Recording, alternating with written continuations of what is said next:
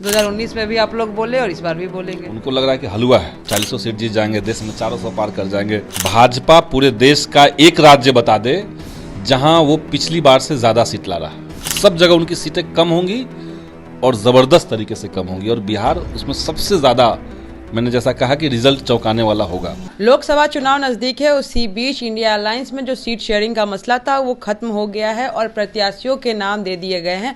और इसी बीच में हम खास बातचीत करने के लिए नालंदा से जो प्रत्याशी है संदीप सौरभ, हम उनसे खास बातचीत करने के लिए आए हैं और हम उन्हीं से जानेंगे क्या कुछ करेंगे। सर, नालंदा से अब आपको प्रत्याशी के रूप में दिया गया है, तो क्या कुछ कीजिएगा नालंदा के लिए और कैसे देख रहे हैं आगे की चीज़ें? देखिए, सबसे पहले तो नालंदा सीट मिलने के लिए अपनी पार्टी को और इंडिया अलायंस को मैं धन्यवाद करता हूं। और जो उम्मीद पार्टी ने हमसे लगाई है, महागठबंधन ने जो उम्मीद हमसे रखी है, उस पर पूरी तरीके से खड़ा उतरने की हम लोग कोशिश करेंगे।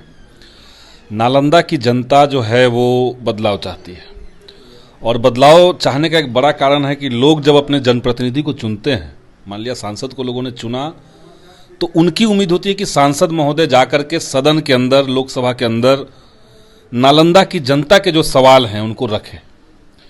और पिछले 15 सालों से जो वहाँ पे माननीय सांसद महोदय हैं, जनता जान रही कि अगर एक साल में भी वो एक सवाल रखते तो 15 सवाल कम से कम होना चाहिए था। 5 सवाल भी नहीं उठा। तो एक तो जनता के अंदर ये आक्रोश है। दूसरी बात है कि पूरे देश के अंदर एनडीए गठबंधन और बीजेपी जो कर रही है, लोकतांत्रिक मूल्यों की धज्जियां उड़ाई जा रही है। ईडी और सीबीआई का गलत इस्तेमाल करके विपक्ष को खामोश करने की कोशिश हो रही है।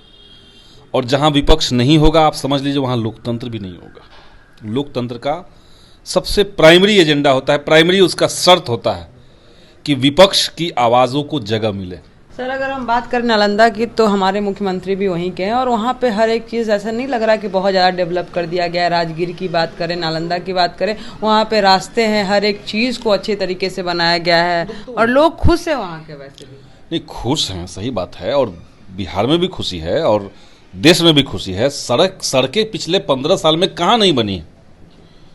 आप बिहार से बाहर किसी राज्य में अगर पहले गए हों और अभी जाएं, आप उत्तर प्रदेश में जाइए, आप दिल्ली में चले जाइए, आप महाराष्ट्र में चले जाइए, मध्य प्रदेश में चले जाइए, तो एक समय के बाद सड़कें सब जगह ठीक हुई हैं। पालीगंज में ठीक हुई हैं सड़कें, कहाँ नहीं हुई हैं। लेकिन सड़क एकमात्र कंसर्न नहीं हो सकता है। आपने सड़क बना दी और उसी सड़क पर चल करके युवा जो है वो पलायन कर रहा है, तो पलायन रोकना इंपॉर्टेंट है। आपने सड़क बना दी और उसी सड़क पर चलाते हुए साइकिल बच्चे जो हैं वो दूर दूर जा रहे हैं पढ़ाई करने, वहीं से सड़क से पकड़ के वो पटना आ रहे हैं, पटना से वो फिर चले जा रहे हैं कोटा, क्योंकि आपने बिहार में इंतजाम नहीं रखा है। पिछले 15-20 साल से आप सरकार चला रहे हैं बिहार के अंदर, और इस 20 साल में एजुकेशन की क्या दशा हुई।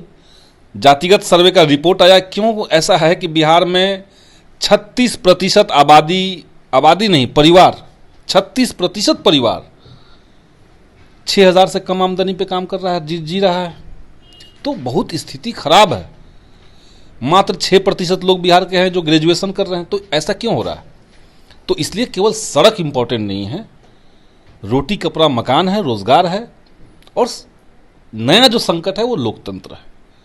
तो ये सारे संकट को जनता देख रही है, समझ रही है। इसलिए पूरे बिहार में इस बार एक अंडर करेंट है और लोग बीजेपी को हराएंगे, एनडीए गठबंधन को हराएंगे और बिहार चौंकाने वाला रिजल्ट देगा और 40 सीट पे इंडिया अलायंस जीतेगा। ये भी कहना है कि पिछली बार 39 सीट पे जीत हुई थी, तो एक सीट जो बचा हुआ इस बार भी जीत जाएंगे। आप लोग तो बस बोलते हैं, 2019 में भी आप लोग बोले और इस बार भी बोलेंगे। उनको लग रहा है कि हलवा है, 400 सीट जीत जाएंगे, देश में 400 पार कर जाएंगे। भाजपा पूरे देश का एक राज्य बता दे जहां वो पिछली बार से ज्यादा सीट ला रहा है। कोई ऐसा राज्य नहीं। सब जगह उनकी सीटें कम होंगी और जबरदस्त तरीके से कम होंगी और बिहार उसमें सबसे ज्यादा, मैंने जैसा कहा कि रिजल्ट चौंकाने वाला होगा। अगर ये 40 जीत रहे होते तो क्यों नीतीश जी को तोड़ने की जरूरत पड़ती? सरकार अच्छी खासी चल रही थी, युवाओं को रोजगार मिल रहा था, युवाओं में खुशी थी, नियोजित शिक्षकों को राज्यकर्मी का दर्जा मिल रहा था। क्यों सरकार टूट गया? यानी आपका कॉन्फिडेंस नहीं था। आप कह रहे हैं देश में 400 पार कर जाएंगे। अगर यही था तो क्यों सिटिंग सीएम दिल्ली के उनको जेल में डालना पड़ गया? झारखंड के सीएम को आपने जेल में डाल दिया। ईडी और सीबीआई के बहाने आचार संहिता लगने के बावजूद, जो कि इंपॉर्टेंट चीज़ है, आचार संहिता लगेगा तो कोई सरकारी एजेंसी को यह हक नहीं बनता है आप चुनाव बाद जांच करते रहिए, लेकिन आप आचार संहिता में पूरे विपक्ष को तहस नहस करना चाह रहे हैं। तो भाजपा जो अपने आप को भारतीय जनता पार्टी कहती है, उनका जनता से लेना देना अब नहीं रहा, उनका सिर्फ सत्ता से लेना देना है, और सत्ता के लिए वो किसी भी हद तक लोकतांत्रिक मूल्यों की धज्जियां उड़ा सकते हैं। राजनीतिक नैतिकता जो होती है, राजनीति में भी एक नैतिकता होनी चाहिए, उस नैतिकता की धज्जियां उड़ा सकते हैं ये लोग। आपने देखा कि किस तरीके से ईडी और सीबीआई के इस्तेमाल से इलेक्टोरल बॉन्ड का प्रयोग करते हुए सब पैसा भाजपा में आया और खाता सीज हो गया कांग्रेस का। यहाँ तक कि ईडी जाकर के प्रमुख विपक्षी पार्टी कांग्रेस के खाते से करोड़ों रुपए निकाल ली बिना किसी से बात किए। आपका कोई एजेंसी आए और आपके खाते से सब पैसा निकाल के चला जाए और खाता सीज कर दे, ये कैसे देश में, ये इस तरह से चुनाव कैसे होगा? चुनाव आयोग कुछ बोल नहीं रहा है। तो इसलिए देश की जनता ये समझ रही है कि 2024 का चुनाव है, निर्णायक चुनाव है। इस बार अगर भाजपा जीत के आती है तो संभव है कि देश का आखिरी चुनाव भी हो। आखिरी सवाल मेरा ये रहेगा, पूर्णिया अब हॉट सीट बन चुका है।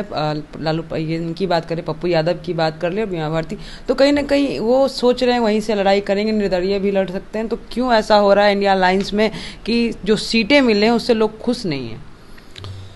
अब देखिए, लोग खुश नहीं हैं वो संभव है, वो सब जगह पे लोग खुश होते भी नहीं हैं, लेकिन पार्टियों के बीच में सहमति हो गई है। सबसे इम्पोर्टेंट, पप्पू यादव कोई पार्टी नहीं है, वो पार्टी के कार्यकर्ता, एक नेता हैं। और बीमा भारती, कांग्रेस खुश अगर है तो कांग्रेस को देखना है क्या करना है। कांग्रेस अगर खुश है तो कांग्रेस को देखना है कि क्या करना चाहिए। कांग्रेस को 9 सीटें मिली हुई हैं, अब उन 9 सीटों में वो जिस सीट पे उनकी इच्छा है वो लड़ा सकते हैं। अब ये हम नहीं कह सकते, हम कोई भविष्यवाणी तो नहीं कर सकते हैं, लेकिन हम चाहते हैं कि सम्मानजनक तरीके से पार्टियों का भी सामंजस्य किया जाए, उनकी भी बात सुनी जाए। कोई इंडिविजुअल हैं, कोई नेता हैं, पप्पू यादव हों या कोई और हों, उनकी बात भी सुनी जाए, उनका कंसर्न भी सुना जाए। लेकिन जो भी इस तरह की चीज़ें हैं वो बहुत ही जल्दी सॉर्ट आउट हो जाएंगी, और सॉर्ट आउट करके लोग एकजुट होकर के इंडिया गठबंधन के पक्ष में, लोकतंत्र और संविधान के पक्ष में खड़ा होंगे और चुनाव हम लोग जीतेंगे। जी, तो देखिए, ये थे नालंदा के प्रत्याशी संदीप सौरभ, और आप देख सकते हैं किस तरह से इन्होंने साफ तौर पर ये बातें बताई हैं कि नालंदा में तरक्की करनी है तो चुनाव जो होगा उस पर सही प्रत्याशी को चुने, और जिस तरह से इन्होंने बताया कि किस तरह से डेवलपमेंट रहेगा और जो बेरोजगारी का भी समस्या है वो कहीं ना कहीं दूर किए जाएंगे। तो देखना रहेगा 2024 के चुनाव में क्या कुछ होता है। बने रहे देशवाणी न्यूज़ के साथ, मैं काजल सर्वेश।